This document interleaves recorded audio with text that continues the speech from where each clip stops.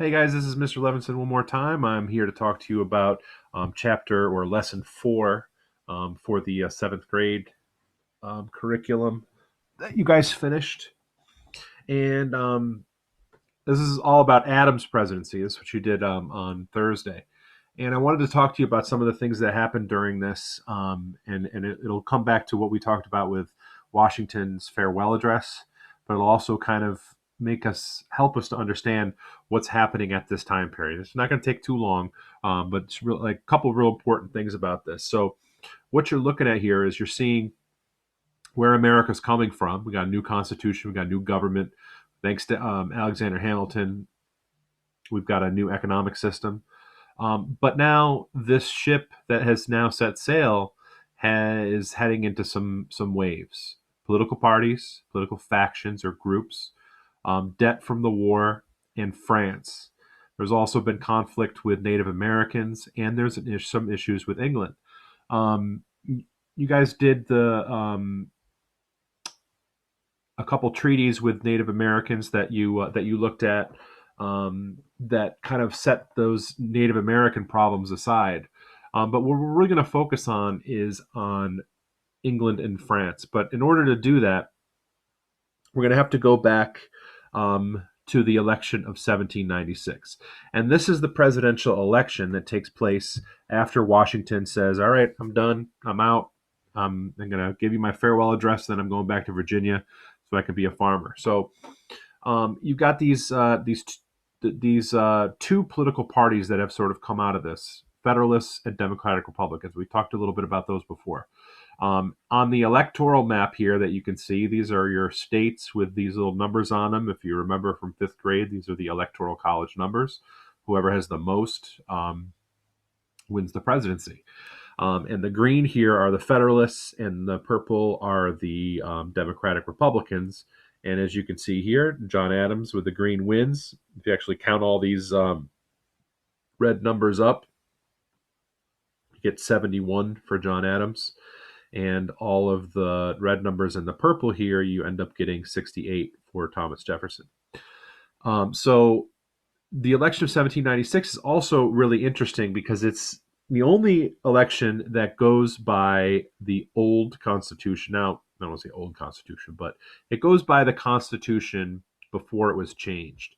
And some of you may have seen this, like when the Constitution was first written, in Article 2, it says that after the choice of president, whoever has the greatest number of electors shall be vice president. So what that means is first place winner is president, and second place winner is vice president. We changed this immediately. It's one of the first amendments we passed after the Bill of Rights. This is the 12th Amendment. And the 12th Amendment changed it so that president and vice president get elected together. But at this point, it was whoever came in first was president, and whoever came in second is vice president. I mean, could you imagine if that happened today? President and vice president, Trump and Clinton. And that just would not work because these two were just after each other. That would be a crazy White House to think of Donald Trump being president and Hillary Clinton being vice president. So we changed that right away. But can you imagine how difficult it was for John Adams to be president when your vice president is the guy from the other party who believes the exact opposite of you? So what are the beliefs of Federalists and Anti-Federalists? It really comes down to a couple differences. One big difference, and we talked about this when I talked about Washington warning us about political parties. One big thing was the role of government. How strong should the government be? The federal government. That's the government for the country. How strong should that government be? Federalists thought we're better off with a very strong national government that was more powerful than the states and was based on a business society where there were companies and businesses that made products and sold products.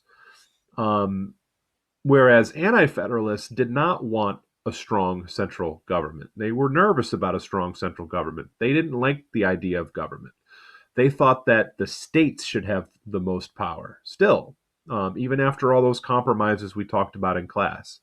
And they had this idea of an agrarian-based society, meaning a society of farmers, a society of plantations, where you have a master, you have slaves working the plantation, and you grow the product and you sell the product, and they wanted it to be like this forever. So Federalists and Anti-Federalists, really, they kind of start off with these really big differences. One's pro-business, one's pro-farm, one's big government, one's small government, one's strong government, one's weak government. And Adams is the one who becomes president, and he wants a strong central government. Another place that they disagree is on the rights of states. And this is something that still trips up America every once in a while. Federalists argued that the power should be in the hands of the central government. Power should be in the hands of the federal government. That's the government we know today as the Washington, D.C. government. And that the power would go down to the states and then to the local governments. And they believed that the federal government should be the most important decision maker. So whenever there was a decision to make, it was really the federal government who would make that decision. And whatever the states wanted wasn't as important as what the federal government decided. Because remember, the federal government is made up of representatives from all the states. Anti-Federalists were afraid that states would lose their individual rights. So you'd have a state like, it especially really comes down to slavery. Eventually, it will come all down to slavery, where southern states got really nervous that northern states were going to come after their slaves. And they wanted the states to have their own rights, to say, you know what, we want to have slavery in our state, and there's nothing the federal government can do about it. Very similar today to the arguments over gay marriage, the argument over gun control, and the argument over abortion. And Anti-Federalists wanted that way. They wanted each state to be unique and to have the power over their own people and their own rights. And they wanted not to have to give power to the federal government. They wanted all that power to themselves, to the states. Anything that was not in the Constitution should come to the states. The third place that they had differences were on foreign relations. Federalists were the businessmen. They were about trade. And you might remember from The Patriot. These colonials are our brethren. When this conflict is over, we will reestablish commerce with them. Even though the British had fought the Revolutionary War against the American colonists, the idea of the Federalists was that the British and the Americans had so much in common that they would eventually be the great business partners. And that's what they are today, great business partners today. The Federalists, is what they wanted. Anti-Federalists, on the other hand, Anti-Federalists were pro-French. And they were for the little guy. They were the underdog. They wanted to see the revolution. They wanted to see taking power away from the king and taking power away from the queen, just like again in The Patriot. Vive la France. Vive la liberté. So these, and this is neat that this kind of happens here, because these would be the people who were Thomas Jefferson's people. If you remember from watching The Patriot, these people are the small farmers. They're the little guy in places like South Carolina and Tennessee and Kentucky and all throughout the farmland of the South. They're the little guy. They're the ones who would be most comfortable with Thomas Jefferson. Whereas the Federalists, especially people like Alexander Hamilton and John Adams, believed that power could only be trusted in the hands of the wealthy, the people who had the best education, because they were the ones who'd be able to make the best decisions. So that's basically your difference there between the Federalists and the Anti-Federalists. Where does this lead to? Well, during Adams' presidency, England and France go to war, and France wants our help. And one of the things that you read about in the text. So again, there's a war between England and France, and a lot of the Jefferson people, the anti federalists, supported France. But Adams is a federalist, and he does not want to support France in this. Well, in the XYZ affair, what ends up happening is Adams sends these two guys here. He sends these two gentlemen to go meet with the French ambassador, Talleyrand, and they're going to France. They get to France and they're met by these three guys, and they call them Agent X, Agent Y, and Agent Z. And those three guys basically tell the American diplomats, they say, you got to give us $250,000 bribe to meet with who you're trying to meet with, and also France needs a $10 million loan, $12 million loan. I think the textbook says $12 million loan. Well, they shut off negotiations right away, and America seemed like it was going to go to war. Adams didn't want war. In fact, he was concerned about war. And one of the other things that happened during this time period, Adams was also concerned that he's coming off Washington's presidency, and the last thing Washington said was, "Don't get involved in foreign wars." So there's a lot of people in the American South and in the pro-French area of the United States, which would be this purple area. A lot of pro-French people here, a lot of pro-English people in New England and in these middle Atlantic states. They start kind of talking about wanting to get involved on the French side. Even though you had this XYZ affair, there were people that were going around saying it's time for us to get involved. They helped us in our revolution. We need to help them. And Adams was really worried that this was going to drag America into war. And so, how does he solve the problem? And this is really why Adams is going to go down as not a great president.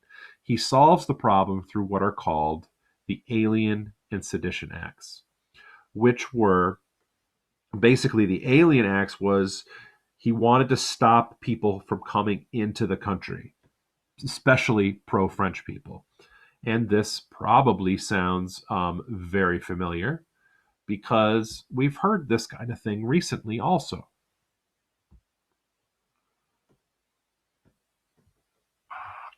Donald J. Trump is calling for a total and complete shutdown of Muslims entering the United States until our country's representatives can figure out what the hell is going on. This is just like John Adams. John Adams didn't want the French people coming here, and it's a little bit different. Donald Trump's worried about terrorism, but in John Adams' case, he was worried about these pro-French people coming to the country and getting us into a war that we don't want to be in. And in American history, this has happened over and over and over again. But this is not new for America because we've done this before when we fear an outsider. This is back from World War One. In World War One, America was fighting against the Germans. And you'll see in this short video about anti-German sentiment or feeling in the United States against people who were German. Immediately after the U.S. had declared war, local governments, civic organizations, and even ordinary citizens began an attack on German Americans and their culture. There are children who are instructed by their teachers to cut German songs out of the music books that they use in their classrooms. There is a public Stein-breaking fest at one point to keep people from drinking German beer. There's even in one town in Ohio a really gruesome slaughter of German dog breeds. But it's important not to let these ridiculous stories overshadow what is really a wholesale destruction of an ethnic culture. culture in the United States. Germans were pressured to stop playing German music, to stop going to German plays. And when I say Germans, I mean German Americans whose ancestors might have been in this country since before the revolution. So this is something that actually happened in my family. On my mother's side, there is a there was a German last name that was changed. The spelling was changed to be less German, and that was because people who came to the United States, if they had a different accent, or if they talked differently, or if they wrote differently, or if they had different customs or different clothings, it was fine until there was some kind of event that made people look at them differently. And that event in this case was World War One. But in Adam's case, the event was this war between England and France.